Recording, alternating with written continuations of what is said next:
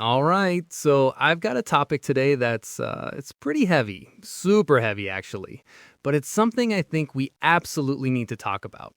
We're diving deep on this episode of 60 Second Scholar.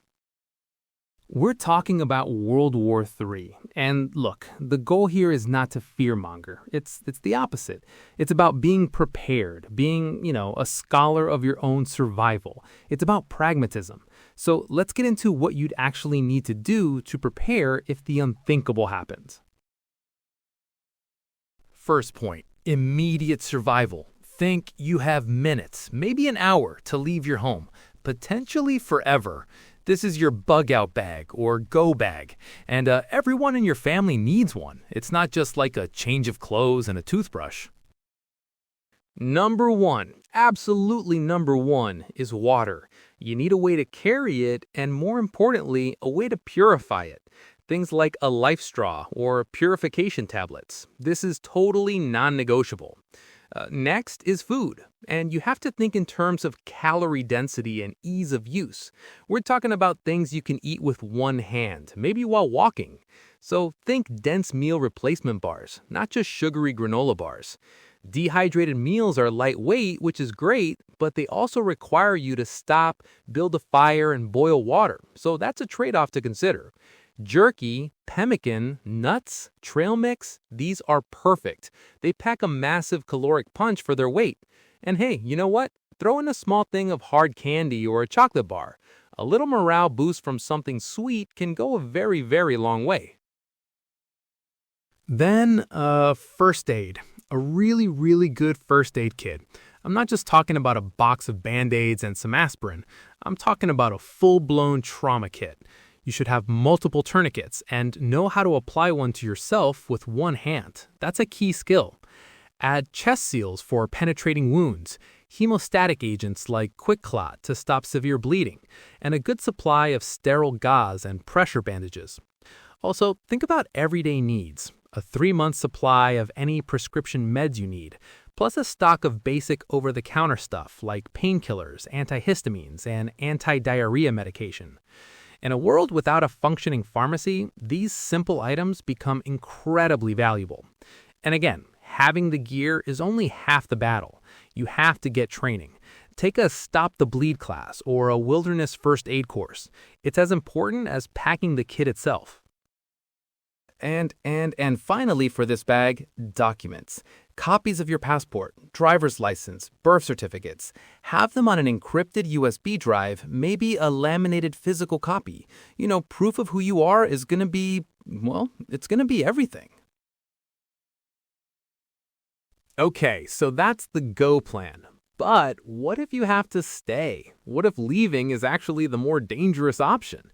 This is the hunker down or shelter in place scenario. This is a whole different ballgame. You're thinking long term now.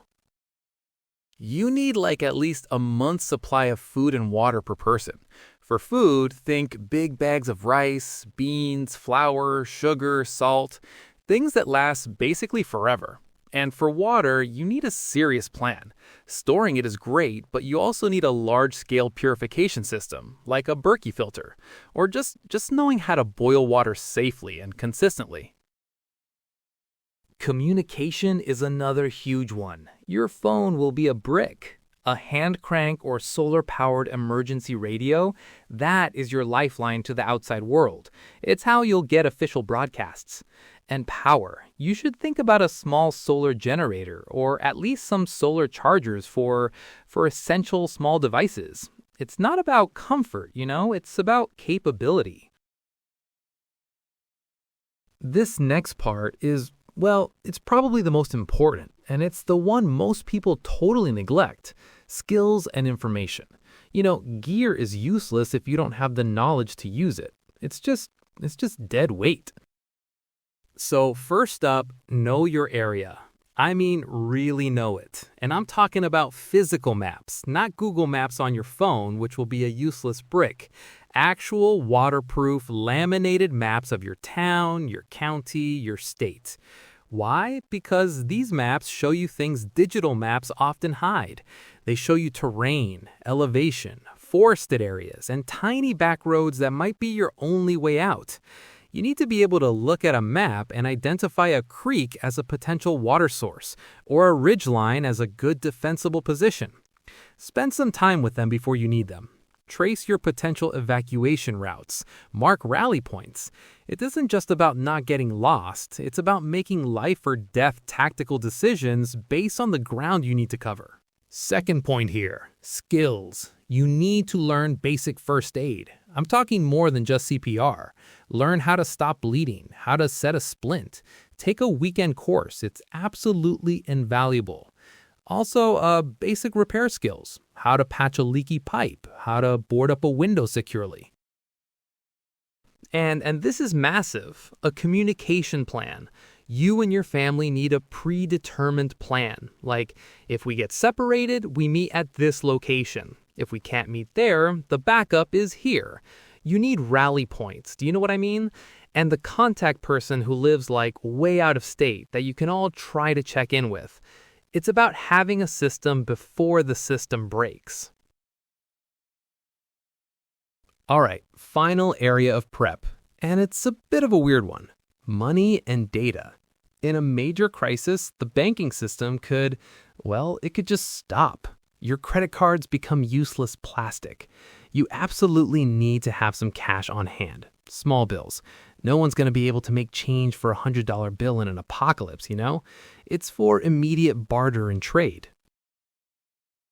Beyond that, think about your digital life. All your photos, important documents, contacts. It's all on the cloud or on devices that need power and internet. You need an offline backup, an external hard drive, or even, and this is old school, printouts of your most critical information. Your digital footprint it's incredibly fragile. You have to have a hard copy of your life, essentially. Now, let's talk about something that's harder to pack in a bag, but is arguably the most critical component of survival: your mindset. All the gear in the world is useless if you lose your head. The psychological stress of a real-world grid-down scenario is immense. Panic is the real enemy. You need to practice resilience now. Learn to stay calm under pressure. Simple things like controlled breathing exercises can make a huge difference. In a long-term situation, establishing a routine is vital. It creates a sense of normalcy and purpose, which is crucial for morale. Your will to survive, your ability to adapt and overcome fear, that is your ultimate tool. Okay, there's one more area we have to cover, and it's a big one. Community. This whole lone wolf survivalist fantasy, it's just that, a fantasy. In any real long-term disaster, the people who survive are the ones who work together. You need to get to know your neighbors now. Who's the retired nurse down the street? Who's the mechanic with a garage full of tools? Who's the avid gardener with a huge vegetable patch?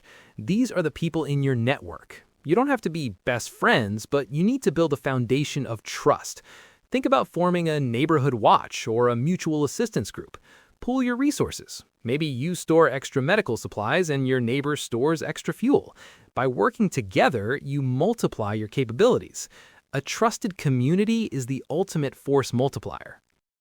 So that's a lot. I know, it's heavy.